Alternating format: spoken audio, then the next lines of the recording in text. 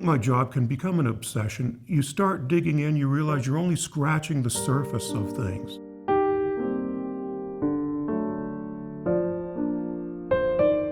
My name is Darin Wybenga. I'm from the Mississaugas of the New Credit First Nation, where I work at the library.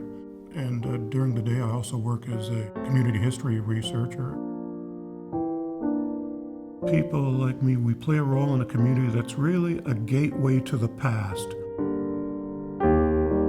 At New Credit, we haven't been very good at keeping up with our community history.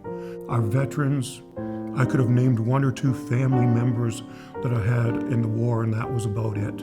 And then all of a sudden, I'm looking at attestation papers for World War I, and here this fellow, Lieutenant Cameron Brant. His great-great-grandfather, most Canadians would recognize as Joseph Brant, the Mohawk war chief. One of the remarkable things about him is he graduated from our day school at New Credit and then goes on to Hagersville High School, which is almost unheard of for a First Nations person. I always like to think of him as a bit of a golden boy of New Credit. It's hard to know the motivation of why Cameron Brant went to war. First Nations, they weren't up for conscription in World War I. Because remember, these people are considered lower than the average Canadian citizen. They don't have the same rights and privileges. So why would they go over and fight? I like to also think that they were going over there in a sense to earn some autonomy and some equality with the rest of Canadian society.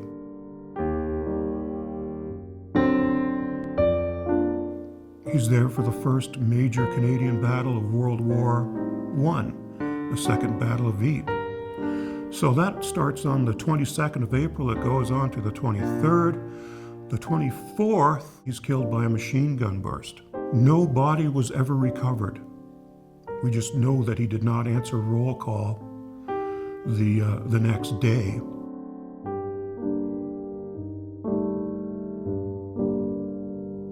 Where did all of his things go? Where did all of our veterans' things go? Where were their medals? Where were their uniforms? What mementos did they have? Where are the letters? We have nothing. It was in June of 2014. I received a phone call from a lady in Picton, Ontario. She was running a used book type of rummage sale, and she found this book and had his name in it, Lieutenant Cameron Brant. A week and a half, 2 weeks later, a plain brown envelope arrives in the mail. I thought, oh boy, I know what this is. Can't wait to look at this. It's Songs of Sourdough by Robert Service. It just tickled me to think of, here's this fierce, mighty warrior out there in World War I. He's been out doing trench raids and all sorts of, really awful, unspeakable acts on other human beings. And how does he relax? He's sitting reading poetry in his downtime.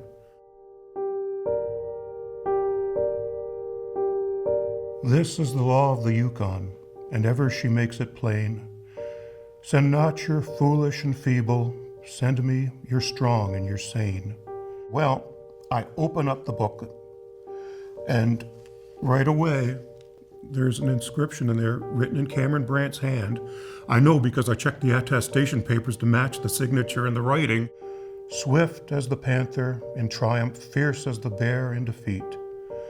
Sired of a bulldog parent, steeled in the furnace of heat. And I thought, boy, I really have Cameron Brant's book.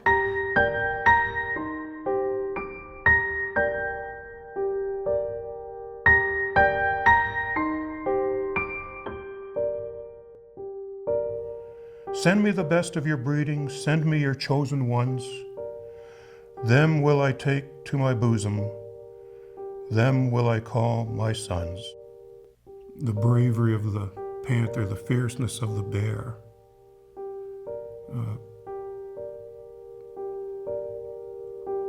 yeah,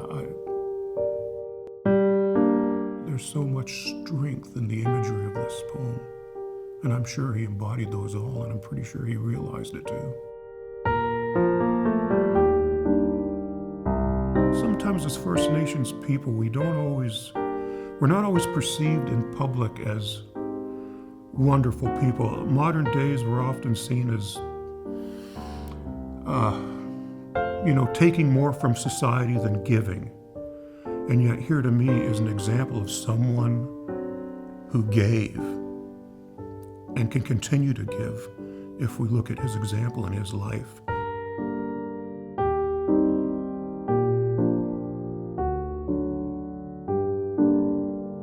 In someone else's hand is written, "Died in action, Flanders, April 25th, I believe. It's smudged here, 1915.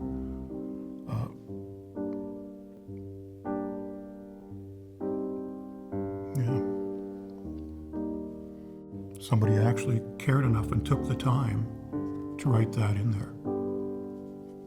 And how it got back to Canada, we don't know.